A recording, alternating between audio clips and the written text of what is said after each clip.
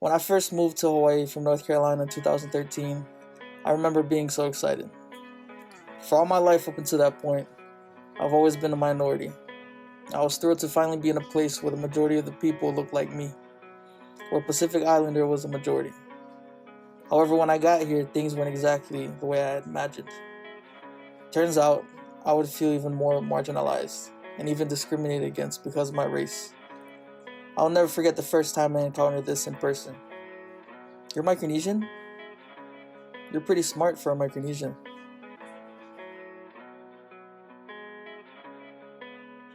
As part of my research process, I was fortunate enough to work at We Are Oceania, or WOW, a relatively young organization whose purpose is to assist COFA migrants in navigating social services such as healthcare, employment, housing, and etc. They do this by centralizing these services into a single location through partnership and networking. When talking about Micronesians in Hawaii or anywhere in the US, it is important to understand these terms. COFA migrants are citizens from the freely associated states. These freely associated states include the Republic of Palau, the Federated States of Micronesia, and the Republic of the Marshall Islands. Micronesia is a vast region in the Pacific, home to many island nations. But again, in the US context, the term Micronesian typically only refers to citizens from these three countries. To sum it all up, these compacts allow citizens from the freely associated states to travel to and throughout and also live in the US for work and pursuit of education without the need of a visa or a green card. They are also allowed access to social services such as healthcare. In return for all this, the US gets perpetual military control over all these islands, their seas, and their airspace. These compacts are what give COFA citizens the legal right to be in the United States.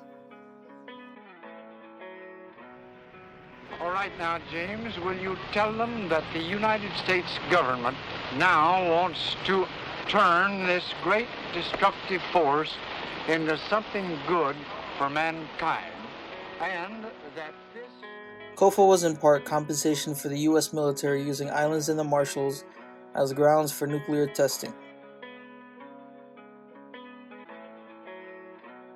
During my research, I interviewed Shah Omulumuni, who uses digital activism as a way to raise awareness to the online discrimination of COFA migrants here in Hawaii. You will see this concept of group self manifest within the COFA community and how the negative narrative surrounding them affects their view of themselves. Peace-building activities include the following as listed, and I will talk about one in particular that I was a part of during my time at We Are Oceania.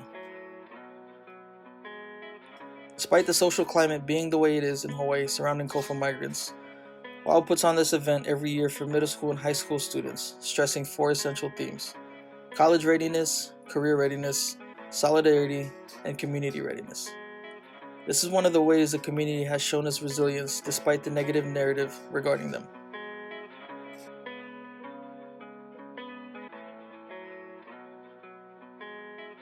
A thing I've noticed between like when I first lived here in 2001 and then when I came back in the end of 2016 that I have to say does not work is us putting our heads down and just trying to work through it and hoping nobody calls us out. Like, that hasn't worked for anybody in any place doing anything.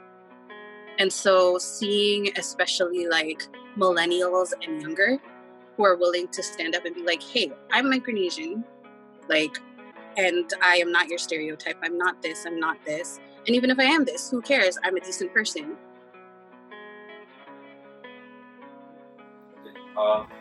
I would say as a kid, I had some Micronesian friends that I grew up with in elementary school.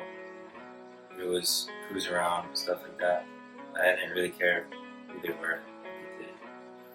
So throughout my life, I was always around for people.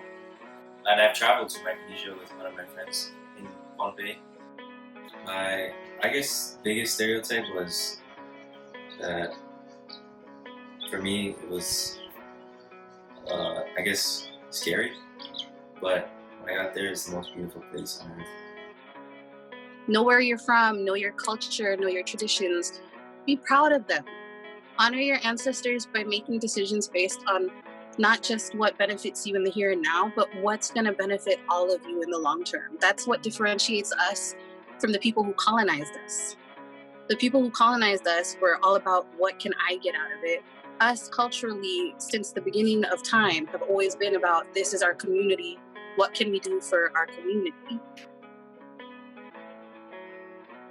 Implications for this research can help any migrant group on all levels of society. Take this Micronesian Youth Summit, for example. The micro aspect addresses the empowering of the youth individually by putting value to their cultural identity. The meso aspect involves a community, as this whole event is run off of donations and community participation. And lastly, the macro level involved bringing together key figures from higher positions such as the council generals from each of the different COFA states, as well as the superintendent of the Hawaii State Department of Education, hopefully getting them to take into consideration COFA youth regarding future policy making.